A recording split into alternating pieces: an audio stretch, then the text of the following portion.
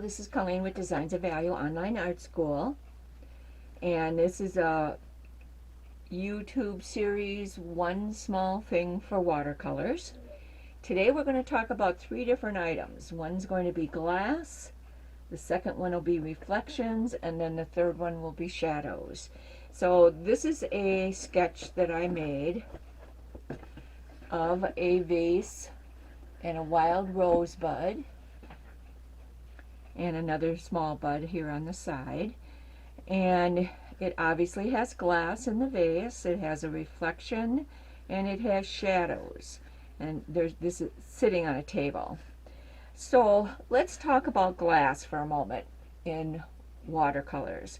Glass is a manufactured item, so it is man-made, and there's always going to be something in the glass that you can tell it was manufactured.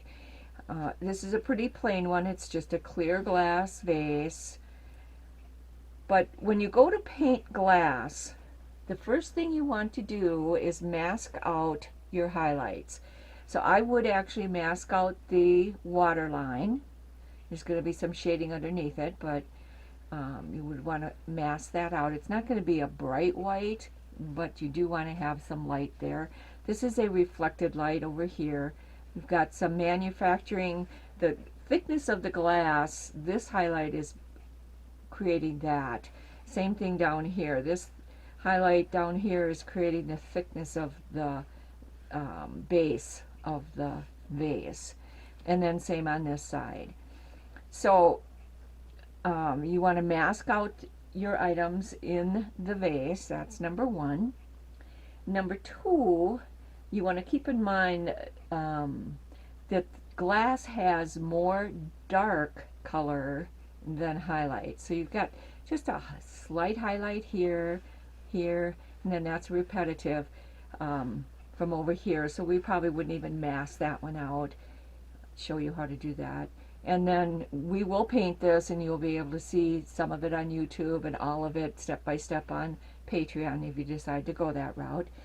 And then I would mask out these areas just to be safe, even in the reflections.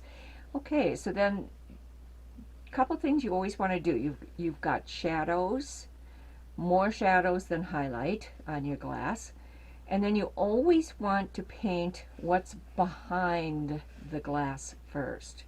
So this stem is behind the glass, so you would want to paint that in first. And then this being the tabletop, that needs to be painted inside the vase or the glass. And then of course the stems. And you want to have your refracted light from the water line and how it creates that.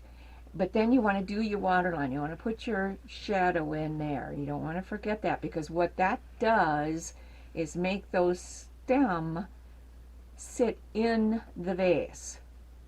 And you always want to have a highlight going over that water so that that glass comes forward. That's real important to create that illusion of glass.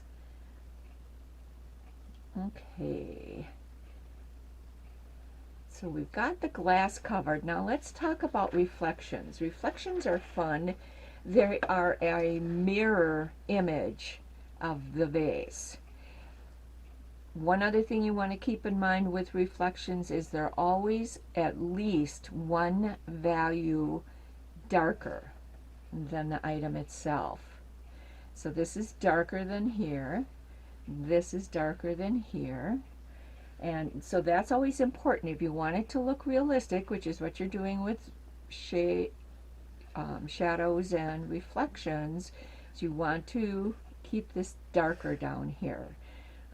One thing that does happen with reflections is the surface that's reflecting it absorbs some of the lights.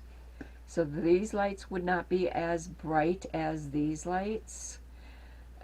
There's a little bit of light here, and it's not going to be as bright here as it would on the bud. So that's always something to keep in mind as you're doing reflected lights. And let's talk shadows. So you've got the light coming in from the upper right hand light source. So this is reflecting a shadow over here. This is reflecting a shadow over here. Now the stem is a little different because it's above the tabletop. It's not sitting on the table. It still has a shadow, but it's just below. It's not sitting right up tight next to the stem like it is here on the bud or on the vase. So that's important. So to create that illusion that that stem is not sitting on the table, you have to have it above the shadow, which is down here. You still want your three values in your shadows. You want your darkest right up against the item or the object that the shadow is casting. And then the shadows, when there's reflection, goes right over that reflection. And that's why you want to do glass or bud, and then reflections, and then the shadows, because the shadows will go right over the top of those reflections. So don't let the reflections distract you from your shadows. You still need to put your shadows in there. That's still creating the illusion that this has weight. Both of these items have weight. So that's pretty much what I wanted to talk to you guys about today, was glass, reflection, and shadows.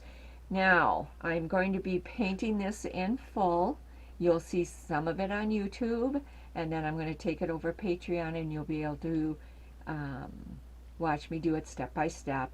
This is going to be actually a red vase, kind of a see-through red vase, and green leaves, and then the wild roses are going to be white, and they're going to have some red and green trim on them, because all of them would. They would first of all reflect back from the red vase, so their color scheme is complementary red and green. So that's going to be really a lovely design when it's all done. You'll get to watch me do it right from the beginning to end. And if you do decide to become a patron, thank you so much for that. You have no idea how important that is to my channel on YouTube, as well as being a patron. It allows me to continue doing what I'm doing for you. And again, do not hesitate to let me know what you'd like to see me teach. There's going to be some other things coming up, but I thought that since I'm doing a still life and it has reflections and shadows from that glass, I thought we'd go over that before we painted. So thank you so much again. You have a lovely day.